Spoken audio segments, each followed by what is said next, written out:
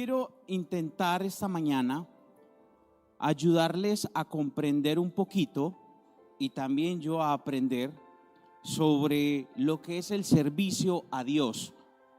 Voy a buscar la manera a través de estos minutos, no de fijar una postura, ni tampoco de presentar algo rígido.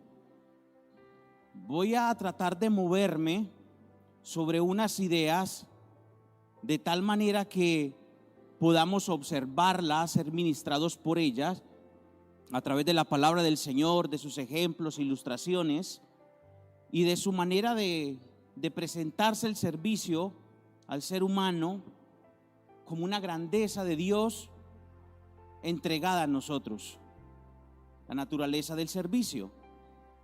Y es importante para nosotros como iglesia, como hermanos, poder entender esta idea, porque es que al final ahí es donde el cuerpo de Cristo, que es la iglesia, se mueve, articula, se visualiza y ejecuta cada uno de esos elementos que ministerialmente nos identifica.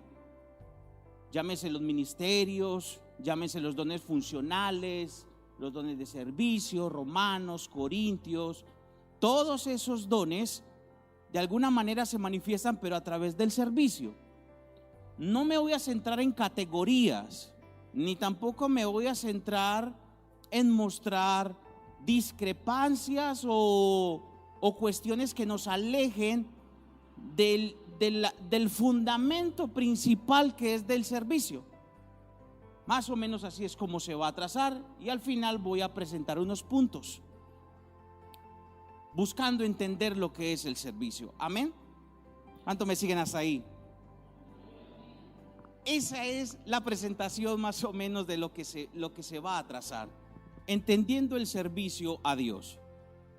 Desde hace un tiempo atrás, hacia atrás, me vi en la necesidad de buscar la manera de problematizar no el significado esencial de lo que es el servicio a Dios, sino, porque ese está claro, lo que es el servicio a Dios, problematizar más que todo la manera en cómo se ha implementado y enseñado. Esa parte es la que se problematiza y la que yo problematizo, cómo se ha enseñado el servicio a Dios y cómo se ha implementado. La cuestión es que, aunque en las escrituras hay gran evidencia que la razón, está la evidencia que da razón de lo que es el servicio a Dios, su naturaleza, su esencia, su alcance, su enfoque, desde distintas perspectivas, muestra las escrituras. Parece ser que dentro de la iglesia no está claro, y ahí está en las escrituras. A la hora de implementar el servicio, parece ser como que el concepto, la idea y la razón no está clara, y esa es la que se problematiza. Gran cantidad de personas, cuando expresan lo que sienten del servicio, lo que es el servicio, el fundamento del servicio, uno concluye y uno se hace una pregunta y uno dice, por todo lo que habla, por la manera como se expresa del servicio, uno se hace una pregunta e inmediatamente dice, ¿será que no le han enseñado qué significa el servicio? ¿O será más bien que no tiene claro, o se lo enseñaron mal? Porque la manera de expresarse, uno dice, yo no quiero servir, yo no quiero estar ahí. Entonces uno se empieza a hacer ese tipo de preguntas. La gran preocupación comienza cuando por alguna razón, por alguna situación, uno busca un método, un modelo, por tratar de identificar un resultado a través de las preguntas del servicio, y trata de mirar y de codificar qué tantas personas sirven al Señor. Pues el resultado es aplastante, casi que reducido a un dígito. De la gran cantidad de personas que estamos en Cristo, uno hace ese sondeo Y son muy pocos los que sirven al Señor.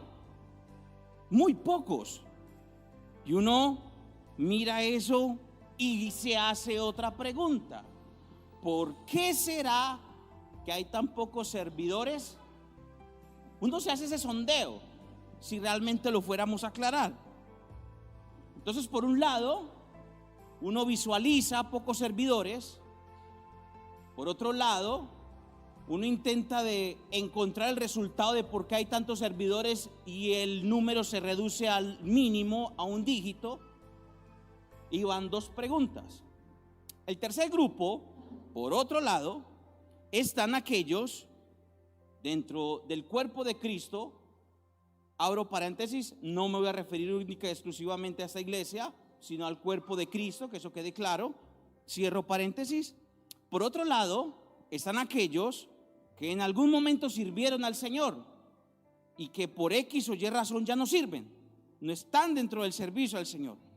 Entonces uno se acerca a estas personas y uno les pregunta: ¿cuál es la razón por la cual ya no está disponible para el Señor? Uno les pregunta, y ahí sí hay múltiples respuestas, de todas las clases, hasta mentiras, de todas las clases. Dice: ¿por qué no le sirves al Señor?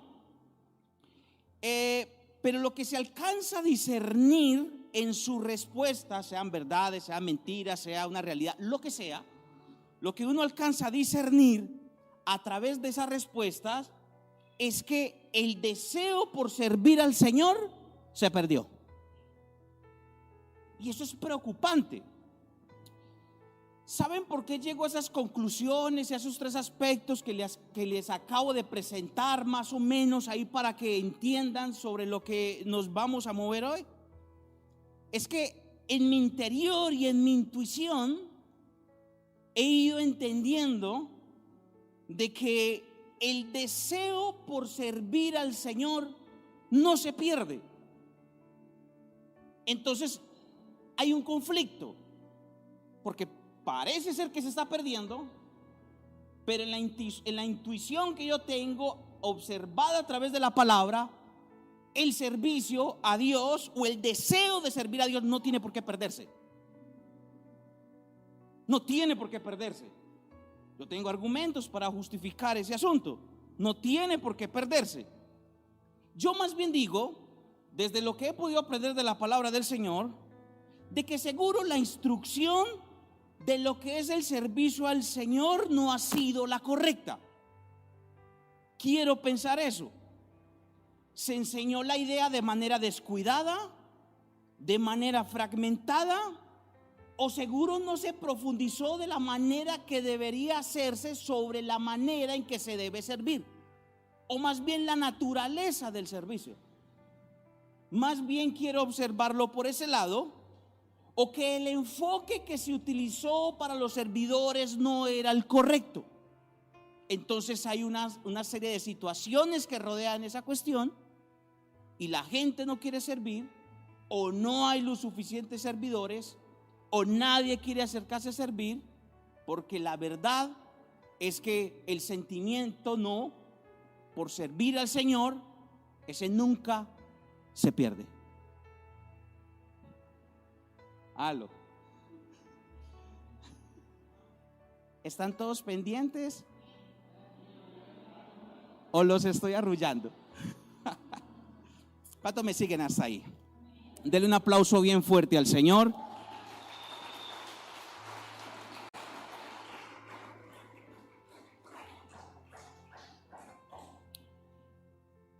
Préstele atención a esto. ¿Saben por qué llego a las conclusiones que he llegado hasta este momento y digo que el deseo a Dios no, lo que marcamos, que el servicio a Dios no debe de perderse en una persona? Mire, porque el servicio a Dios, présteme mucha atención, porque el servicio a Dios no nace en el corazón del hombre. ¿Aló? ¿Sí? El servicio para Dios no nace, no es iniciativa del hombre. El hombre nunca va a decir voy a servirle a Dios. Nunca. No nace en nuestro corazón, ni depende de nuestra disponibilidad o estado de ánimo. El servicio a Dios. El servicio a Dios deviene como resultado de la obra redentora de Cristo que se impregna en nuestro ser,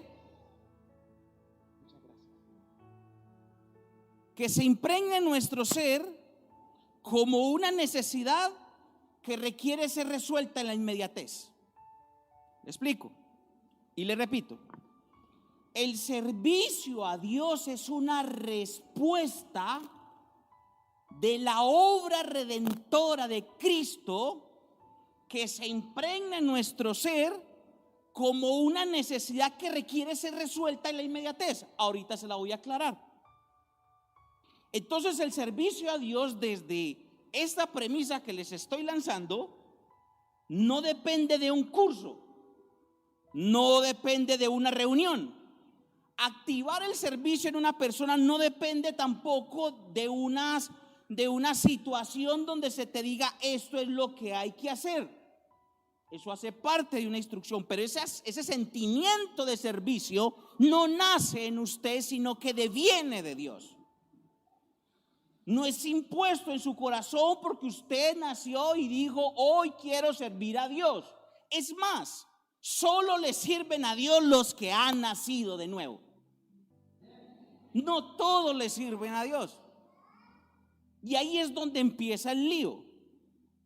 Entonces, ningún curso, ninguna capacitación, ningún seminario, ninguna institución, ni nada parecido a eso avala el servicio a Dios.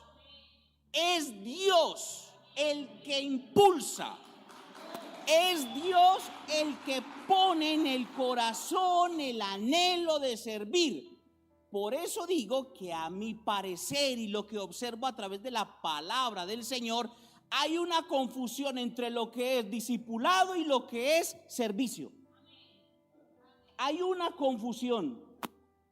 Y al que ha nacido de nuevo, lo queremos avalar para el servicio, sabiendo que esa es una reacción inmediata y ahorita se los voy a demostrar. Está bien que el discipulado requiere una serie de procedimientos, claro, porque ahí se clasifican los servidores, pero la reacción del servicio es inmediata, deviene después de la salvación y ahorita vamos a hablar de eso. Es algo espontáneo, es algo inmediato. Quiero explicar, antes de ir a textos y todo esto, a lo que se debe de entender de servicio aquí en lo que yo estoy exponiendo. Servicio se va a referir aquí a lo que estamos hablando, a cualquier faceta que venga representada por el sustantivo diaconeo o diácono, o sea, servicio. Cualquier situación que se requiera servicio. Su alcance, el alcance del servicio es un alcance social. Es un alcance, tiene alcance ministerial, tiene alcance carismático, esto es a través del uso de los dones. Tiene alcance el servicio cuando se va a ayudar a los demás. Tiene alcance el servicio cuando se hace labores de limpieza, de ayuda, de dar alimento, de contribuir a los necesitados a otro. Todo lo que les acabo de mencionar es servicio, tanto como el que es pastor, como el que es líder, como el que barre, como el que trapea, como el que nos ayuda con aquello, como el que va a la casa, como el que sirve la comida. Todos delante de Dios tenemos que servir, todos. No hay algunos. Hay categorías que al final se requieren por el tema de la edificación del cuerpo de Cristo, pero todos hacemos obra de diaconeo, de servicio. ¿Y sabe qué es lo más poderoso? Mateo capítulo 20 versículo 28 dice: como el Hijo del Hombre no vino para ser servido, Él no necesitaba que le hicieran diaconeo, que le sirvieran. Él dijo: yo me pongo en las sandalias a servir a toda una generación. Cristo también hizo la labor y Él es el mayor ejemplo del servicio. Cristo, Él fue el que lo hizo. como el Hijo del Hombre no vino para ser servido, dice que Él vino para servir. Esa es la mayor premisa del elemento del servicio. Es Cristo. Por esta razón es que vengo diciendo que el servicio a Dios es una reacción inmediata, consciente, de aquel a quien Dios ha salvado. ¿Es una reacción qué? Inmediata. ¿Qué más? Consciente de aquel a quien Dios ha salvado. Dos argumentos. El primero, la suegra de Pedro. Mateo capítulo 8, versículo 14 al 15. Vino Jesús a la casa de Pedro y vio a la suegra de este postrado en cama, y le tocó su mano, y la fiebre le dejó, y ella se levantó y le servía. Inmediatamente. ¿Qué pasó con la suegra de Pedro inmediatamente que se sanó? Inmediatamente le servía. ¿Tiene alguna categoría? ¿Pasó por algún seminario? ¿Hizo algún curso? No. El servicio no responde así. El servicio es una reacción inmediata por causa del favor de Dios en una persona. Yo le sirvo a Dios por el bien que me ha hecho. Mi segundo argumento es uno muy poderoso. La experiencia de Pablo. Hechos capítulo 9, versículo 1 al 9. Me voy a centrar en el versículo 3 y 6. La reacción de Pablo. La reacción de Pablo.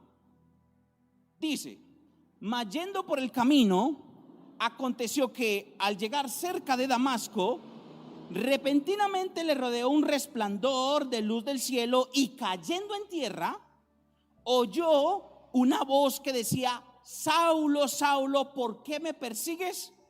Él dijo: ¿quién eres, Señor?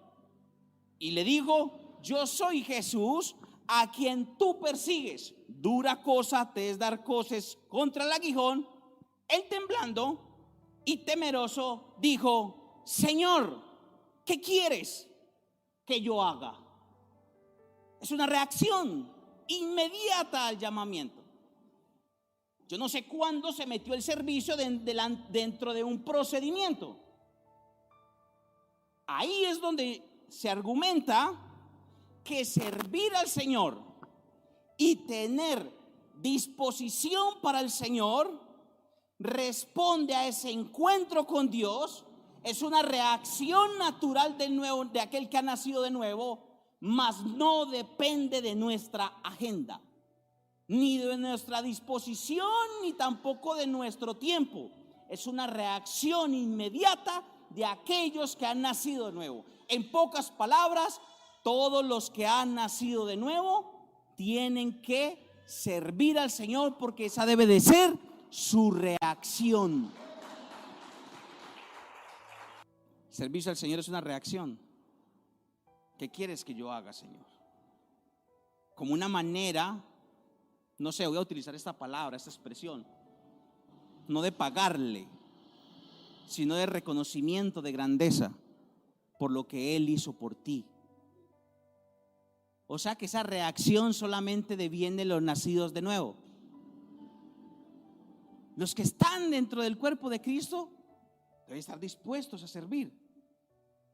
Ahora viene la gran pregunta. Si el servicio a Dios es así tan natural como se los estoy planteando y como se los estoy presentando, sin rigidez, sin ese tipo de cosas, la pregunta es: ¿por qué el servicio a Dios no fluye correctamente dentro de la iglesia y se convierte en una carga, en una labor tediosa? Para algunos es desagradable, al punto de tener el valor de negarse a servir como una iniciativa suya, y dicen: no sirvo, no tengo tiempo, no lo puedo hacer. Si es una labor espontánea, es una labor de respuesta de aquel que ha nacido de nuevo, de aquel que ha tenido un encuentro con Dios. Es una reacción inmediata. La pregunta es, ¿por qué la gente dentro del cuerpo de Cristo no quiere servir y solamente sirven unos y otros no? Si se supone que todos debemos servir. ¿Me ayudan a resolver esa pregunta? Se supone que todos debemos de servir. Ahora sí entienden por qué presenté inicialmente una serie de cuestiones, una serie de preguntas. Todos debemos de servir. Pues bueno, el servicio de Dios está en un nivel donde tenemos que entenderlo. Por eso les dije al principio, o no hay claridad, o no ha habido la suficiente pedagogía, o no se ha profundizado de la manera correcta, porque el servicio a Dios está en otro nivel. Es iniciativa de Dios. No hay que rogar, es iniciativa de Dios. No podemos llevarla a ese punto. Cuando hay que rogar, cuando hay que someter el servicio de Dios al espacio-tiempo, yo encontré de que hay unos puntos críticos, sensibles, susceptibles, que afectan el servicio a Dios. El servicio a Dios es puro, es bueno, es excelente, pero me voy a tomar el atrevimiento de poder cavar en esa idea para encontrar las razones por las cuales unos sirven, otros no sirven, unos están, otros no están, unos vienen, otros no vienen. A unos hay que rogarles, a otros no hay que rogarles, a otros hay que decirlo, etcétera. Y me encontré algunos puntos susceptibles donde el servicio a Dios se hace vulnerable por el espacio en el cual éste se empieza a mover y a ejecutar, y afectan el servicio a Dios. El primero es que el servicio se hace sensible, se hace susceptible. El servicio a Dios se hace vulnerable cuando Él se mueve en un espacio de tiempo del ser humano y se cree que el ser humano es el que lo gobierna. Ahí tenemos un lío. El servicio a Dios es susceptible a nuestro tiempo. Nuestro tiempo vulnera el servicio a Dios. Y aquí es donde viene la pregunta: ¿qué es el tiempo para nosotros? ¿Cómo entendemos nosotros el tiempo? Porque la pregunta normal, o la respuesta más bien normal que hay de los que no podemos o sí podemos servir es: ¿no tengo? ¿No tengo qué? Tiempo. El servicio a Dios es magno, es inmenso, pero cuando se mete en nuestro estado de tiempo, se vuelve vulnerable. Parece ser como que nosotros gobernáramos el servicio para Dios. Parece ser como que nosotros fuéramos los que marcáramos el ritmo y los pasos hacia donde el servicio de Dios se tiene que ir. Ahí perdemos disponibilidad, perdemos un montón de cosas, porque parece ser que dentro de eso, dentro del tiempo cuando nos metemos, nosotros somos los que gobernamos el servicio y no el servicio nos gobierna a nosotros, como esa reacción inmediata de Dios hacia nuestras vidas. ¿Qué es el tiempo para ustedes? ¿Qué es el tiempo para Dios? ¿Qué es el tiempo para los padres de la iglesia? No me quiero meter en esa concepción de definir cronos y kairos. No, eso no, tiempo. Y voy a recurrir a palabras muy profundas de San Agustín para tratar de explicar qué es el tiempo. Y también me voy a recurrir a Ignacio de Antioquía y los voy a citar para que ustedes se den cuenta que no es un problema de ahora. Cuando le preguntan a Agustín, voy a citar las Confesiones de Agustín, capítulo 11, libro 11, capítulo 16, cuando él dice sobre el tiempo: si nadie me lo pregunta, yo sé lo que es. ¿Alguien sabe aquí qué es el tiempo? Usted sabe que gira 24 horas, eso decía Agustín. Si alguien no me lo pregunta, yo sé qué es el tiempo, pero si me ponen a explicarle, no sé qué es. El problema es que todos estamos metidos dentro del tiempo. Y el problema con que estamos metidos dentro del tiempo es que Dios no se mueve en el tiempo. Dios es eterno. no piensa como pensamos nosotros. Y nosotros todos lo sometemos al tiempo, todo, el trabajo, el tiempo, la vida, el tiempo, la familia, el tiempo para la familia, tiempo para esto, tiempo para lo otro. Y queremos someter la obra de Dios a un tiempo.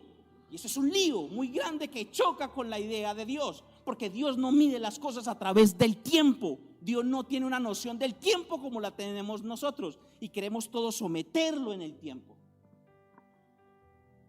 Dios no trabaja así. Por eso hay lío. ¿Por qué no quiere servir? Hermano, no hay tiempo. Hay un lío ahí que tenemos que resolver. Entonces, él dice que el tiempo lo creó Dios. Como creación de Dios, el tiempo, cuando aparece la tierra, cuando Dios la crea, aparece el tiempo, dice Agustín. A nosotros se nos entregó el tiempo para administrarlo. ¿Para qué? Para administrarlo. ¿Para qué? No me queda claro. ¿Para qué? Para administrarlo. El tiempo hay que administrarlo. El problema es que está fragmentado y tenemos que dedicar tiempos o espacios de la hora a las actividades. Y les tengo una noticia que nos va a desanimar a todos. El tiempo es de Dios. Las 24 horas del día es de Dios. Ese es el lío. Porque cuando usted nace de nuevo, usted tiene que dedicarse todo a Dios. Esos todos que aparecen en los evangelios, eso es renuncia. Un día de esto podemos hablar acerca de la renuncia. Cuando usted nace de nuevo, usted renuncia a un montón de cosas por amor a aquel que te llamó. Y ahí es donde entra papá, mamá, hijos, etcétera, que tiene una connotación bien interesante, donde el Señor le está diciendo es que ya perteneces a otro estado, a otro punto. Y ahí es donde está el tiempo. ¿Cómo hacemos con el tiempo? Ahora, el tiempo debe ser rendido a Dios. Yo no sé, pero yo he ido a muchos campamentos de jóvenes donde nos ponen o los ponemos a decir, no sé si a ustedes les ha pasado, a decir, Señor, yo rindo mi vida al Señor. ¿Qué es vida? Diga conmigo, vida es tiempo. Si la vida también es tiempo, entonces cuando usted dice rindo mi vida a ti, Señor, es rendir el tiempo a Dios. O sea, todas las 24 horas del día. ¿Sí ven en el lío que nos estamos metiendo? Por eso yo digo, ¿por qué será que no hacemos las cosas? ¿Será que no lo han explicado? Ignacio de Antioquía le escribe una carta a Policarpo, capítulo 1, versículo 7 del libro de los dichos apostólicos, o lo que conocen por ahí la Didaché, escritos apostólicos. Y él dice esta frase muy poderosa. Cuando a él le preguntan cómo administramos el tiempo, cuando a él se le pregunta cómo administramos el tiempo, poderosamente Ignacio de Antioquía responde: un cristiano no tiene autoridad sobre sí mismo, sino que da su tiempo a Dios. Se lo repito. Un cristiano no tiene autoridad sobre sí mismo, sino que da su tiempo a Dios. Da su tiempo a Dios. A mí me encantan esos amenes, no se estresen. Da su tiempo a Dios. Evoco las palabras de la sabiduría hebrea. Eclesiastés 3:1. Todo tiene su tiempo y su hora debajo del sol. No me vengan a decir que no tiene tiempo. Lo que es una mala administración del tiempo. Todo tiene su tiempo. Dentro de la dinámica de Dios, el tiempo fue dado al hombre para que lo administre. Y su mejor inversión del tiempo es darlo a Dios. Yo no tengo lío con que vea Netflix, yo no tengo lío con que vaya a jugar fútbol, yo no tengo lío con eso. El lío que se tiene es que la mejor inversión de tiempo es cuando usted lo invierte en Dios. Esa es la mejor inversión. Su tiempo a Dios. de manera ordenada, juiciosa, coherente a las realidades, y no buscar la forma de hacer el servicio a Dios a un lado, porque usted viene diciendo, o yo vengo diciendo, no tengo tiempo. Dice el sabio de Eclesiastés, y también quiero preguntarles a ustedes, porque esta es la primera o el primer obstáculo que nosotros le ponemos al Señor para el servicio. Y quiero que lo analice. Lo cito, Eclesiastés 3:9. ¿Qué es lo que en verdad gana la gente a cambio de tanto trabajo? Los escucho.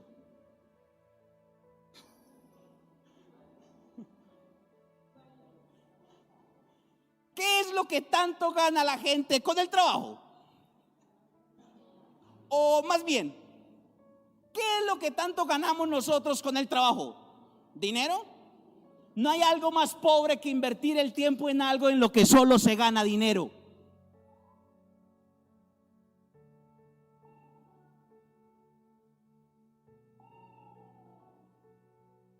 ¿De dónde viene el cansancio? Yo trato de alinearme con el sabio. ¿Qué ganamos con el trabajo?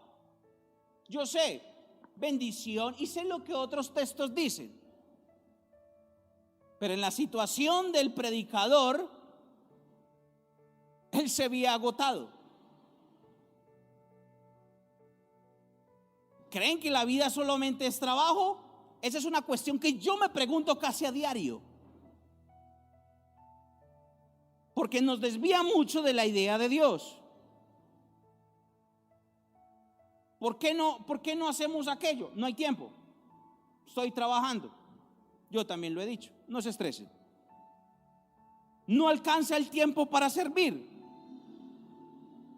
por causas de trabajo. ¿Ustedes alguna vez han leído sobre el afán y la ansiedad? ¿Por qué nos preocupamos? Eso es tenaz, si no somos capaces de entenderlo, porque nosotros trabajamos para comer, trabajamos para vestir, y el Señor le dice a los discípulos, es que eso no es lo importante aquí en el reino. ¿Cierto que tenemos que rediseñar nuestra cabeza? Y nos levantamos todos los días a trabajar, y el Señor dice, es que eso no es lo importante acá. Es que tenemos que preocuparnos por la comida. El Señor dice, el reino de los cielos no consiste ni en comida ni en bebidas, sino en justicia, paz y gozo. Señor, de justicia, paz y gozo se vive en mi reino, sí, en la tierra no. Es otro nivel que tenemos que aclarar. Aló. ¿Cierto que están pensando? Cierto, yo quiero creer eso. ¿Cierto que están pensando? Qué bueno. Hay unas consecuencias por las cuales, dentro de esta idea de tiempo que venimos hablando, que afectan el servicio a Dios y que trae un resultado en nuestro servicio a Dios. Uno, por la mala administración del tiempo, hay agotamiento espiritual. Ok, o sea que aquellos que estaban trabajando en la obra del Señor y aquellos que estaban sirviendo ya no quieren servir porque no quieren. Uno les pregunta, ¿y qué pasó? Es que estoy cansado. O sea que hubo una mala administración del tiempo. Agotamiento espiritual. Es cierto que para Dios es todo el tiempo, pero como seres humanos, dentro del principio bíblico, también hay que descansar. También hay que descansar. Yo amo las iglesias que hacen 5 o 6 cultos, yo las amo. Ojalá pudiéramos hacer aquí lo mismo. ¿Cuál es el problema? ¿Quiénes son los que van a servir? ¿Dónde están? No los hay, no pueden.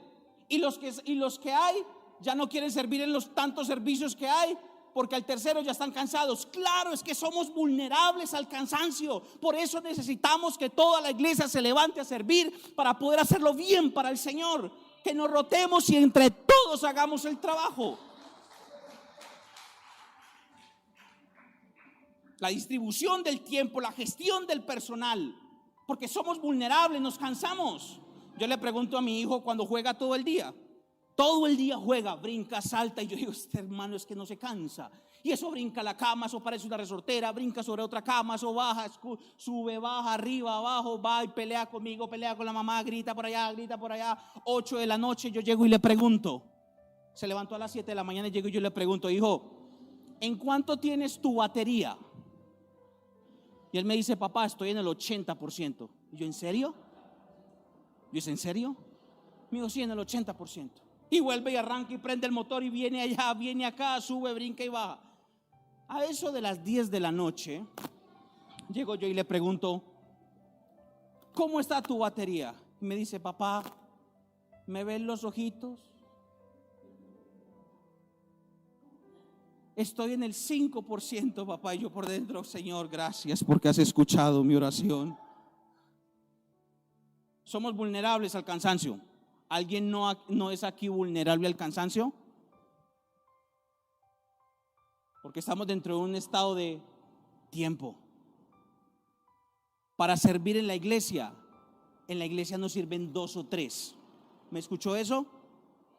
Si esta es una reacción espontánea de aquel que ha nacido de nuevo, ¿cuántos creen ustedes que deben de servir en la iglesia?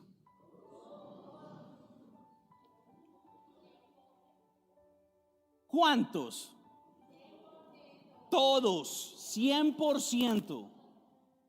¿Y sabe qué es lo más tremendo? No empiece a decir, no, es que yo soy muy joven. No, hay servicio para el joven. No, es que yo estoy ya con mucha edad. Hay servicio para ustedes. Todos tenemos que servir, si es que hemos nacido de nuevo. Porque el que nace de nuevo es el que sirve al Señor. Es una reacción voluntaria, espontánea, de agradecimiento, inmediata. ¿Qué quieres que yo haga? Amén. Ustedes sabían que voy a hablar de otras iglesias. Aquí no. Sí, para que no se estrese, relájese. ¿Ustedes sabían que el domingo para algunas iglesias o servidores es un caos? Es un caos. Terminan dejando la iglesia y no seguir sirviendo en la iglesia, porque hay tantas cosas para hacer en la iglesia y las hace uno mismo que terminan cansados, agotados, acabados, fundidos. Y uno dice, ¿le estamos motivando las ganas de servir o antes lo estamos desmotivando? Fundidos. Y esto es una alegría para el Señor. Rediseñar formatos no es fracasar. No es fracasar. Es ser sabios en la administración del tiempo y de la gestión del personal para que todos le sirvamos de una manera fresca al Señor. Frescos al Señor. Entonces yo creo que en este punto se debe de profundizar y trabajar. ¿Cuántos están de acuerdo conmigo? Amén. Amén. Segundo, y con este termino. Ya vamos terminando. Ya se acabó el tiempo. ¿Sí ve? Otro de los puntos susceptibles del servicio, ¿cuál es el primero? Que el servicio lo queremos meter en un estado de tiempo. Yo les hago una pregunta antes de terminar esto que aquí se me vino a la mente. ¿Ustedes tienen tiempo de servir al Señor? Yo tengo tiempo de servir al Señor. Después de lo que acabaron de escuchar, ¿ustedes qué responden? Gracias, hermana. Hay que saberlo administrar.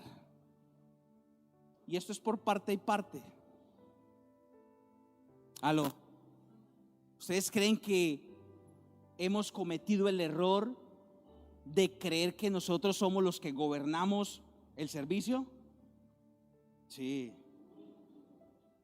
Nosotros hemos cometido ese error. Bien, ahí lo dejamos esa parte. Segundo, Otra de las partes susceptibles del servicio, recuerde que el servicio es magno, dado por Dios, inmenso. Es una reacción de aquel creyente que ha nacido de nuevo. ¿Qué quieres que yo haga? Inmediatamente te sirvo. Pero es susceptible cuando se mueve en nuestro ambiente temporal.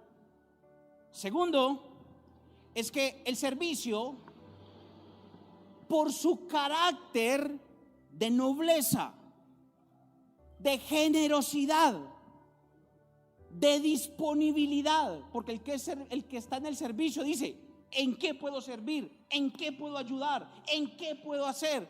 ¿Cómo puedo colaborar? ¿Cómo puedo levantar? ¿En qué lugar puedo ser útil? Gracias, mi hermano. ¿Qué lugar? A eso me refiero, que por su carácter de nobleza, del servicio, de aquel que sirve, de nobleza, de generosidad, fácilmente se distorsiona su objetivo. Y aquí viene un punto crítico. Y aquí es un punto donde muchos se identifican y dicen: no quiero volver a servir en la iglesia. Primero, el servicio es para la gloria de Dios, no para proyectar egos.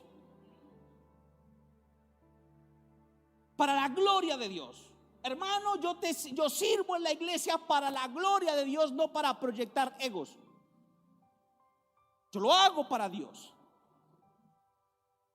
Dice en Lucas capítulo 22 versículo 24 al 38 sobre la grandeza del servicio. Y entonces vinieron a preguntar que quién era el mayor.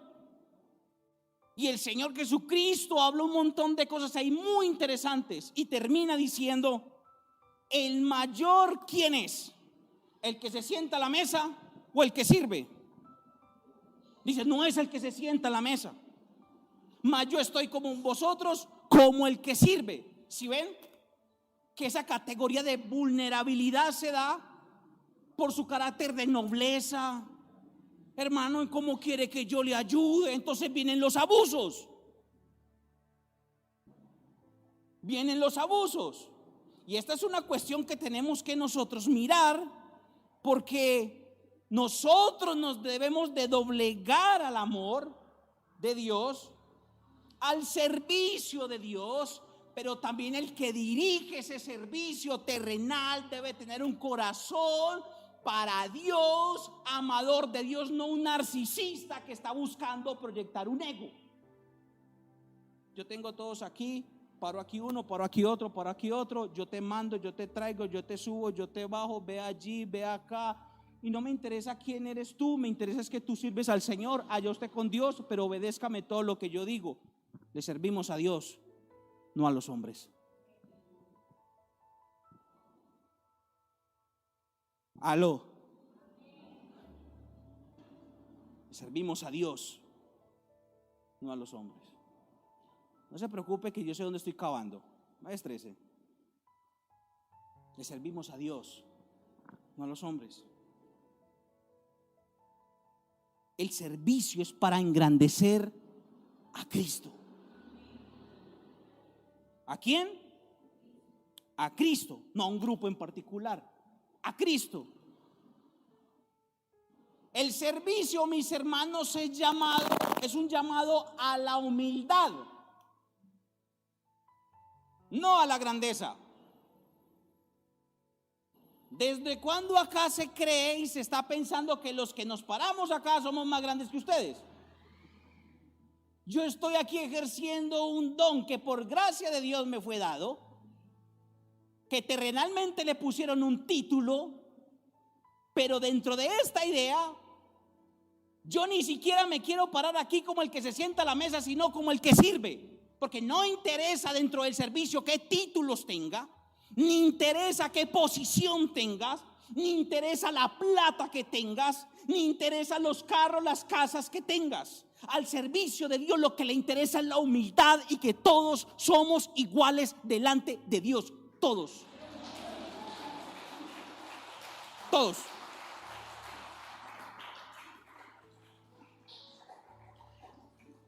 Entonces todos nos tenemos que servir los unos a los otros desde la gracia que Dios nos ha dado e intentar no negarnos.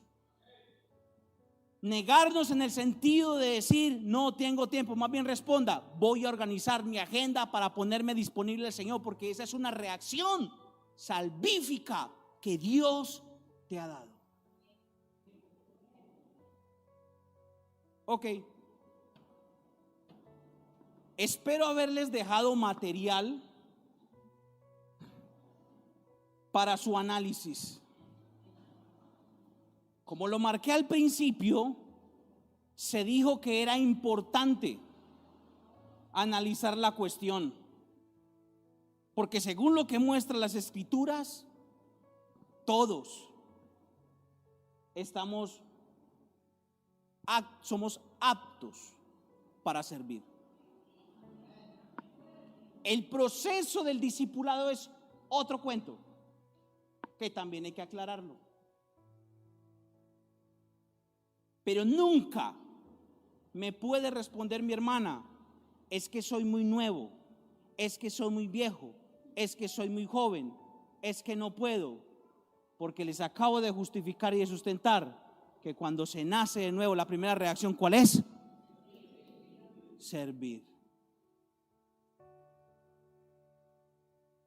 Amén.